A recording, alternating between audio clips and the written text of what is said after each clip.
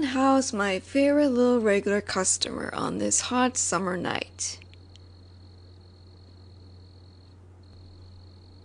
You feel that south wind blowing up Signal Highway?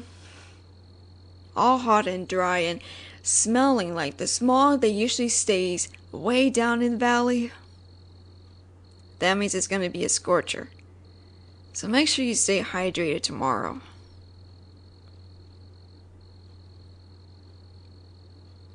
Rough day, eh? I suppose I can relate. I admired you for sticking it out, though. For what it's worth. I never could myself. I never took to working, and I paid for it.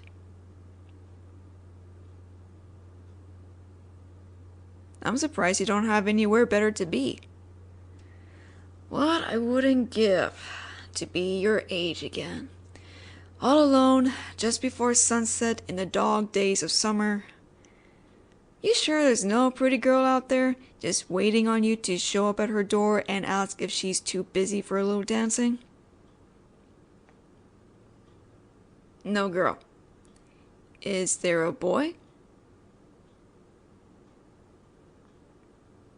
Not that either, eh? A good-looking little thing like you with no place better to be than my little hole in the wall bar? Makes me wonder what you're really after. I don't suppose you're here for my pretty face either.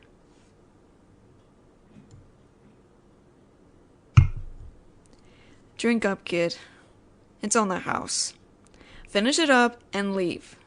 Don't come around here no more.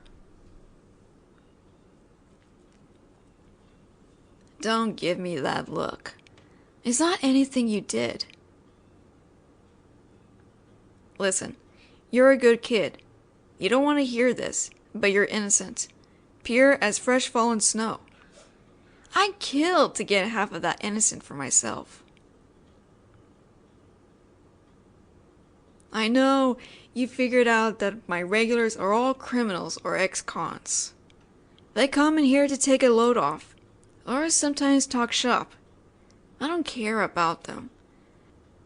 They're all too far gone for somebody like me to be able to pull them back. But I can stop you at least. This isn't a place for somebody like you. So finish up your drink and leave.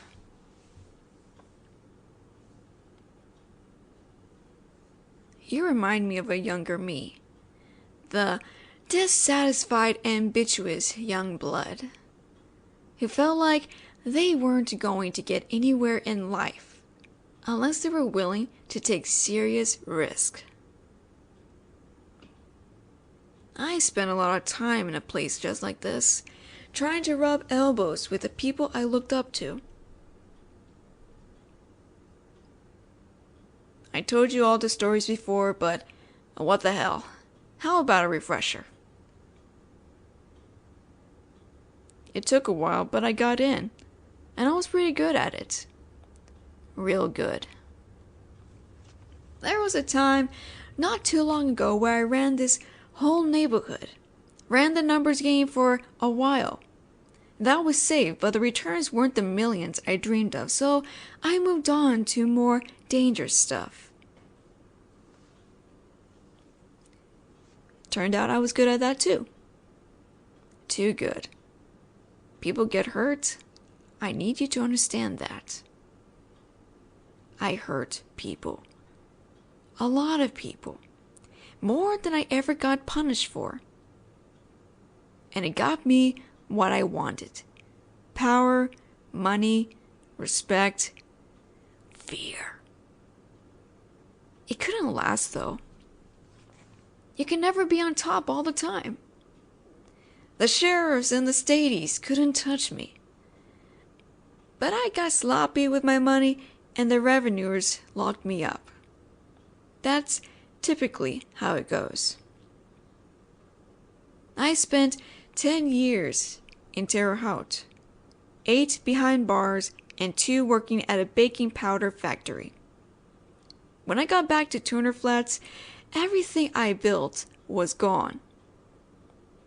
all I had left was this building. I'd never even been inside before.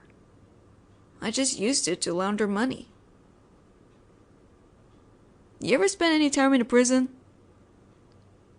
I know you're aware it's not a fun time, but you know what really kills you? It's not the gangs or the guards. It's the boredom. Time slips away from you, but also seems to pass so slow that it's like trying to carve your name in dry cement. You try to keep your feet on the ground, but you can't all the time. You get up in the morning at 6, get counted at 6:15, eat your oatmeal at 6:30, grab a full 8 assembling office furniture for the feds. 2 hours of rec time outside if you're really well behaved. Eat dinner, green jello on Fridays, red jello every other day. Bed inspection, choose between the library or the movie. Go to your bunk, lights out. Lather, rinse, repeat. I went mad for most of year 4. Came back around to something close to sanity in year 6. I never really fully recovered though. I can't really complain. I suppose I deserved to be in there. A lot of people have been in there a lot longer for a lot less. Here, I want you to try something.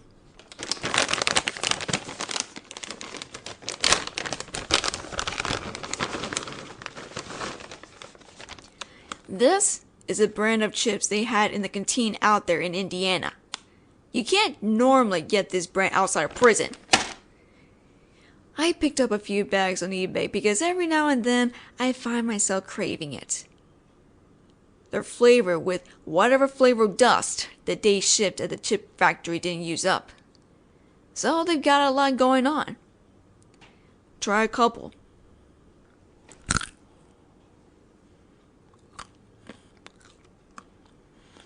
Kinda gross, right? Way too much flavor, and it all clashes weird. It's like licking the floor at Dollar General. But believe me, they hit differently when you're wearing orange and black. When everything feels and looks the same day in and day out, you start craving sensation. Any sensation. This absolute overload of flavor felt like heaven. The closest I ever saw to a riot was the Saturday they opened the canteen without a fresh stock of these. You go a little crazy in there, just looking for anything to silence that steady drumbeat of monotony. I got really into the Twilight books when they were coming out. I know, somebody that spent a long time in solitude, who spent their time touching cold metal, waiting for it to get warm, letting go and touching it again when it got cold again. Anything to break up the void.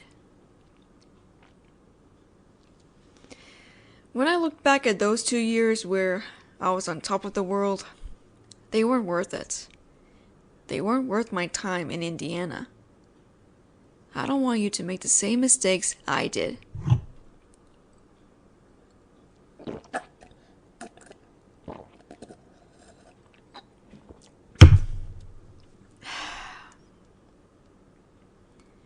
My dad won't even talk to me now.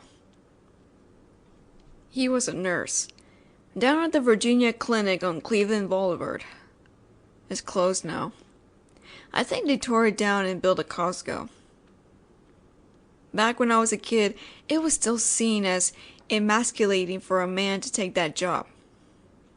But he was good at it, and it paid enough for him to raise me on his own after Mom died. I felt ashamed though.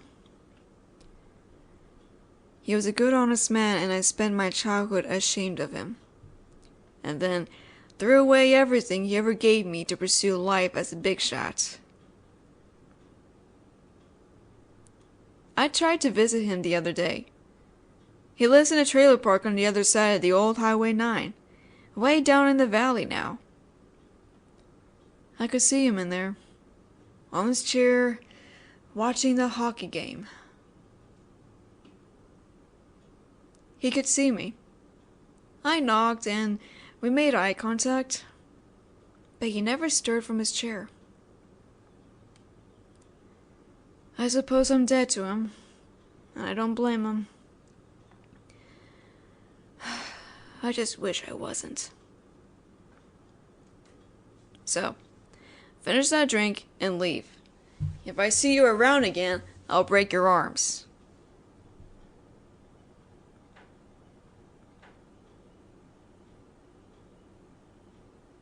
Oh no? You're not in the market for a life of crime. Why do you come around then? Riddle me that. I know it's not for the drinks. I can't mix a cocktail to save my life. And I know it's not for the company. What are you? An undercover cop or something? My stories. You're pulling my leg. I'm just old and full of shit. Next thing you're gonna say, you've got some sort of crush on me. No. No. Oh, geez, you're kidding. What in the name of Peter and Jane is wrong with you? Look at me. I've easily got 10 years on you. I'm going gray and gaining wrinkles. I've got calluses from the prison shop and dark circles around my eyes that won't go away no matter how much I try to sleep. My hands are cold and my face is sad. Little kids cry when they see me at the grocery store. You deserve some passionate young woman with stars in her eyes. Mine are just empty and tired. I don't have passion in me anymore. Hell, I don't even do anything anymore. All I want to do at the end of the day is make myself some oatmeal and watch the rerun channel. You can do better. You can do a lot better. I really can't talk you out of it? Well, who am I to deny you the right to make terrible choices?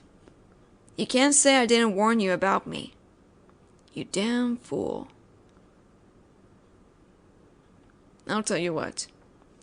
This place is dead tonight. Why do you say we go dancing? On one condition. You stop hanging around here. If this works, it works, and we'll hang out someplace else. And if it doesn't, I don't need you floating around like a sad little puppy. Deal? Good. Go back home and clean up a bit. I'll go upstairs and do the same. It's ballroom night at the Falcon's Lodge. I haven't danced in ages and I want to see if I still got it. We'll see where the south wind takes us from there. I'll see you in an hour. On the dot. If you panic now and stand me up, I might straight up break your legs. Damn, you're an idiot.